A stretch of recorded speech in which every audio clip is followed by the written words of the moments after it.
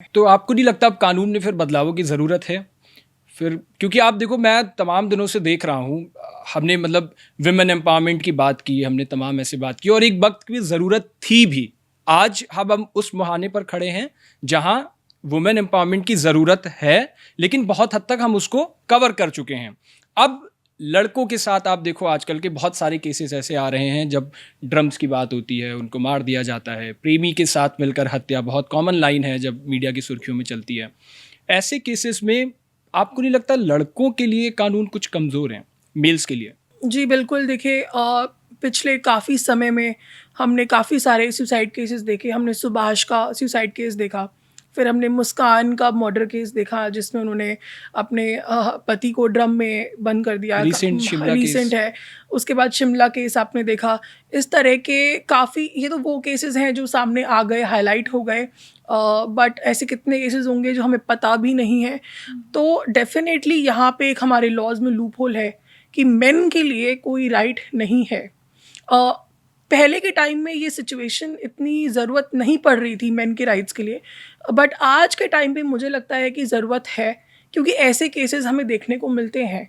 Court में जिस तरह से एक लड़के की हैरेसमेंट होती है, चाहे वो मेंटेनेंस आप लगा लो कि मेंटेनेंस किस तरह से पे करना है, कितना एलिमनी देना है। कोर्ट ने की एक जजमेंट आई जिसमें एलिमनी के ऊपर कोर्ट ने कहा कि लड़का चाहे भीख मांगे या चोरी करे या डाका डाले, कहीं से भी पैसे लेके आए, लेकिन वो वाइफ को पैसे देगा, चाहे उसके पास पैसे हैं या उसके पास पैसे नहीं हैं। तो इस तरह की जब जजमेंट्स आती हैं तो डेफिनेटली यही जजमेंट्स लोअर कोर्ट में भी फॉलो होती हैं।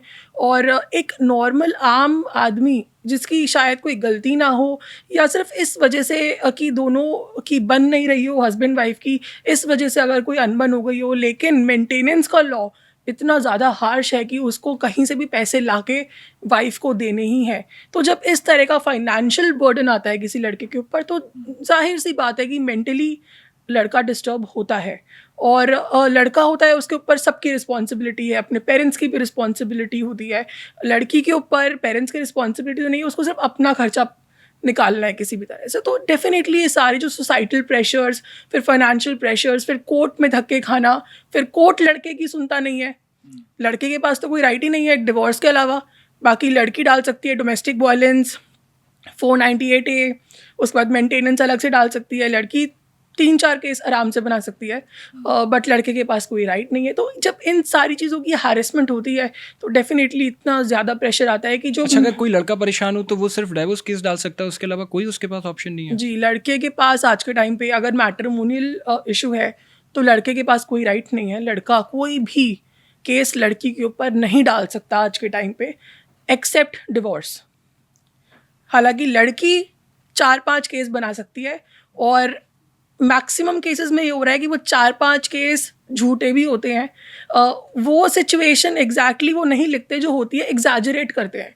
अगर सिर्फ गाली दी होगी तो बोलेगी कि मुझे मारा पीटा है, अगर मारा पीटा होगा तो बोलेगी मुझे जान से मार दिया, या इतना एग्जैजरेट कर देंगे उस चीज़ को कि अगर सेटलमेंट के चांसेस भी होंगे तो उसके बाद लड़का देखता है कि इतना सब कुछ कैसे लिख दिया, तो सेटलमेंट भी नहीं होती है ऐसे केसेस में।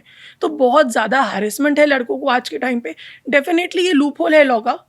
हालांकि सुप्रीम कोर्ट ने अभी बहुत सारी जजमेंट्स पास की हैं।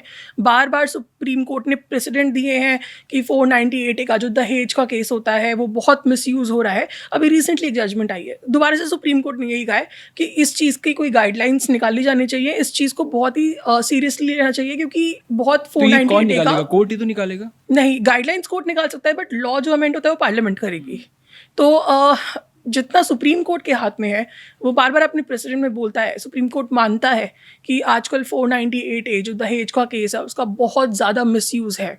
तो उन्होंने बार बार ये चीज़ अपनी प्रेसिडेंट्स में बोली है और करेक्ट करने की कहीं ना कहीं कोशिश की है, बट जब तक लॉज अमेंड नहीं होते तब तक यही सिचुएशन